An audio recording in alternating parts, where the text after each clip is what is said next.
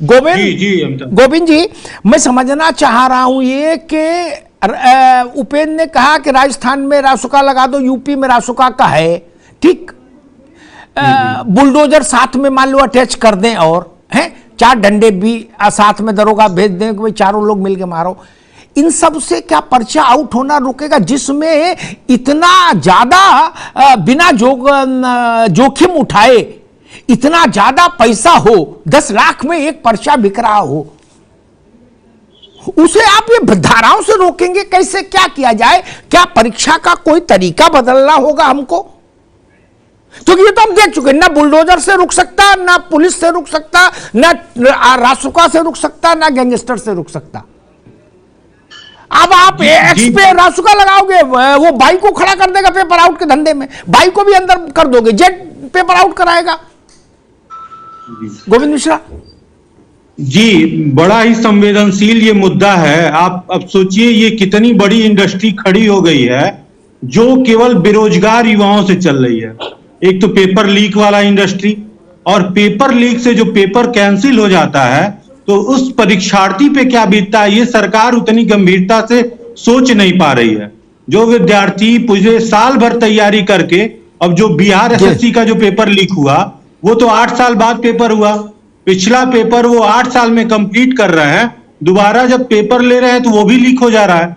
अब बिहार एसएससी का जो अभ्यर्थी होगा उस पर सोचिए क्या बीत रही होगी। पिछले 3-4 साल से लगातार तैयारी कर रहा है, उसके बाद जब पेपर देने जा रहा है तो पेपर लीक।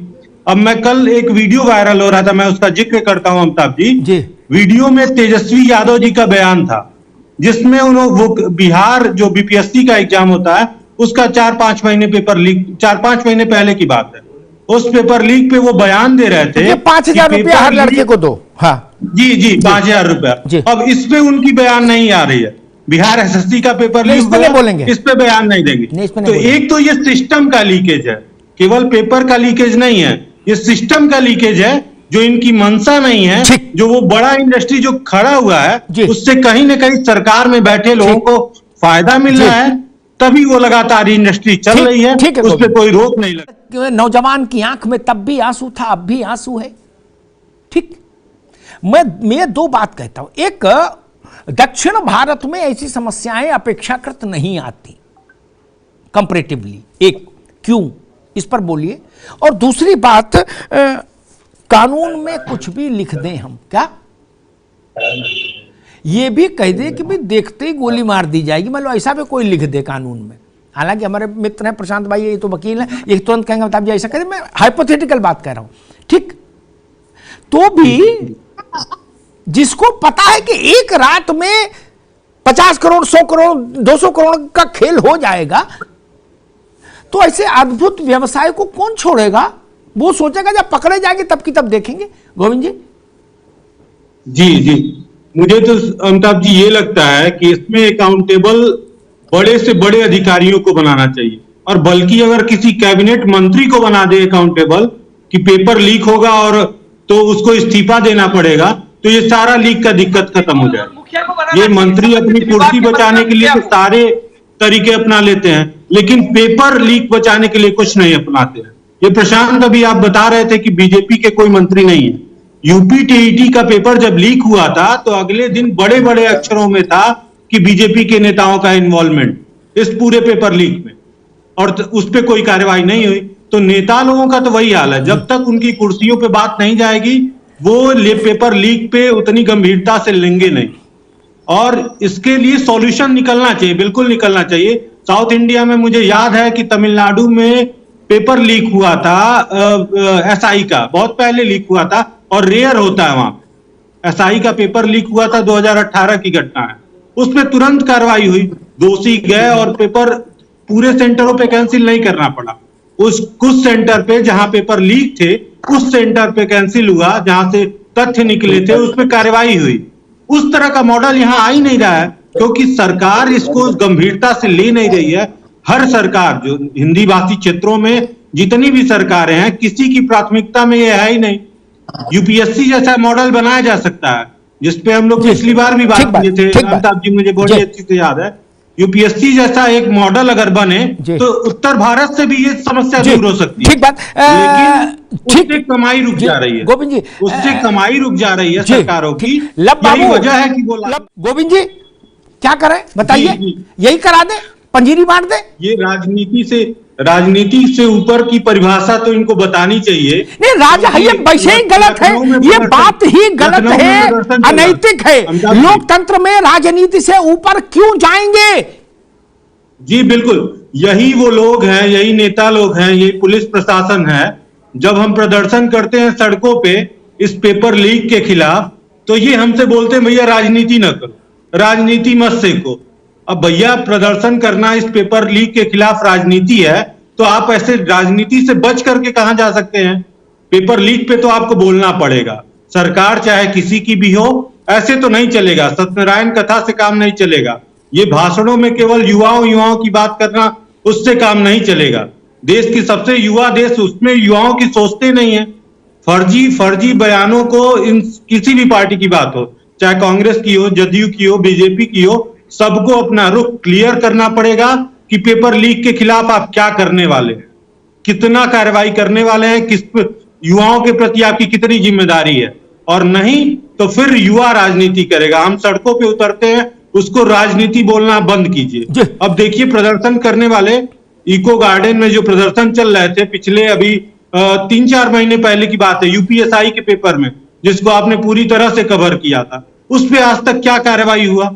कितने अपराधी पकड़े गए जो उसमें लीक करवाने वाले थे? वो सिस्टम जो मतलब ऑनलाइन पेपर में जितना बड़ा करप्शन अभी यूपीएसआई दरोगा भर्ती में हुआ है, उतना बड़ा करप्शन तो कहीं हुआ ही नहीं था, लेकिन आज तक कोई कार्रवाई नहीं हुई। तो हर बार ये बोल देना कि राजनीति से ऊपर उठ के काम करेंगे, और फिर जो प्रदर्शन कर रहे हैं उन पे ये आरोप लगा देना कि तुम राजनीति कर रहे हो, ये कहां तक सही है? ठीक बात है, ठीक बात है। गोविंद जी, हम अकेले ऐसे बिहार देखिए, लव सिंह जी कह रहे हैं कि जितना हमने कर दिया कोई नहीं कर पाया। आप लोग वहां भी हल्ला बोल रहे हैं। कुछ सुन लीजिए। लाठियां जो चल रही थी अकेला उनकी सरकार ने जो अभी 4 दिन पहले जो लाठियां चलाई हैं, के बाद किस तरीके से वीडियो वायरल हुआ, लव सिंह जी बताइए, उस पर भी जवाब दीजिए। जो युवाओं के लिए आप लाठियां जो बनवा के ले आए हैं, जो लगातार लाठियां चल रही हैं, चाहे वो बिहार एसएससी के पेपर लीक पे विरोध हुआ, चाहे बीपीएससी के पेपर पे लीक पे विरोध हो रहा था, चाहे नई शिक्षक भर्ती की मांग हो रही थी। आप बताइए लव सिंह जी, आप ही से जवाब चाहूंगा मैं। नई शिक्षक भर्ती की मांग लगातार छात्र कर रहे हैं, पटना के गर्दनी बाग में लगातार प्रदर्शन चल रहे हैं, लेकिन उन युवाओं के लिए आप क्या कर रहे हैं? युवाओं के लिए तो आप बहुत कुछ कर रहे हैं। जो वायरल हो रहा है, जो वीडियो आप देखिए, किस तरह बेदर्दी से 3-4 पुलिस वाले मिल करके एक छात्र पे आक्रमण कर दे रहे हैं। ऐसा लग रहा है वो पता नहीं कौन सा आतंकी हो। लब जी बताइए भैया, ये सवाल उठा रहे गोविंद मिश्रा जी। जी सिंह साहब। गोविंद जी, लोकतांत्रिक तरीके से कोई भी विरोध करता है, लोकतंत्र में वो जायज है, लेकिन कानून को हाथ में लेने का अधिकार मुझे है न किसी और को भी। शिक्षक भर्ती की मांग करना कहां से गैर कानूनी हो गया? लव सिंह जी, भर्ती की मांग करना कहां से गैर कानूनी हो गया? बिहार ऐसा राज्य है, शिक्षकों की 2 से 2.5 लाख की कमी है। 2.5 लाख, हमने 2.5 लाख शिक्षकों के पद खाली हैं बिहार में। अपने कार्यकाल में 4 लाख शिक्षकों के 2.5 लाख पद खाली हैं। उन पदों पर भर्ती के लिए मांग करना कहां से गैर कानूनी हो गया?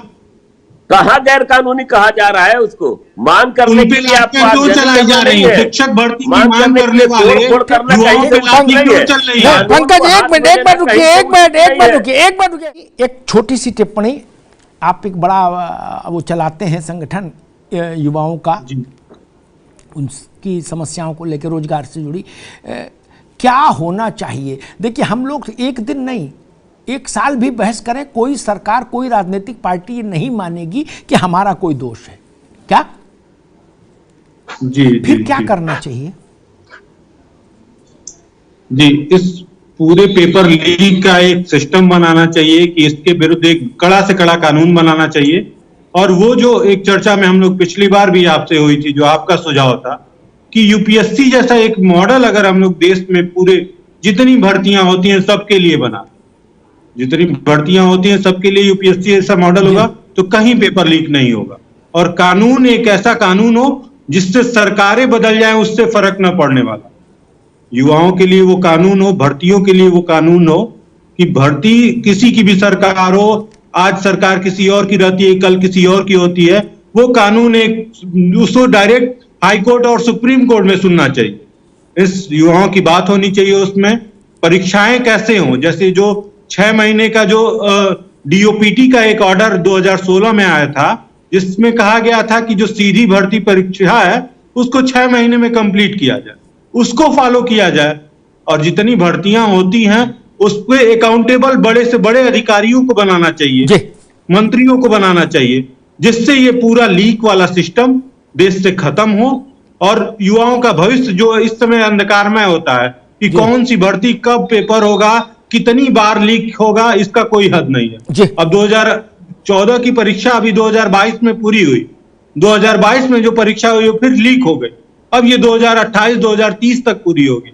तो इस तरह का मतलब ब्लैक होल टाइप का मॉडल ना हो जिसमें क्या होगा कब होगा कुछ पता ही ना हो, एक पूरा हिसाब किताब हो जिसमें पूरा सॉल्यूशन हो, यूपीएससी जैसा मॉडल हो जिसमें पूरी परीक्षा ठीक हो पाए। मुश्किल ये है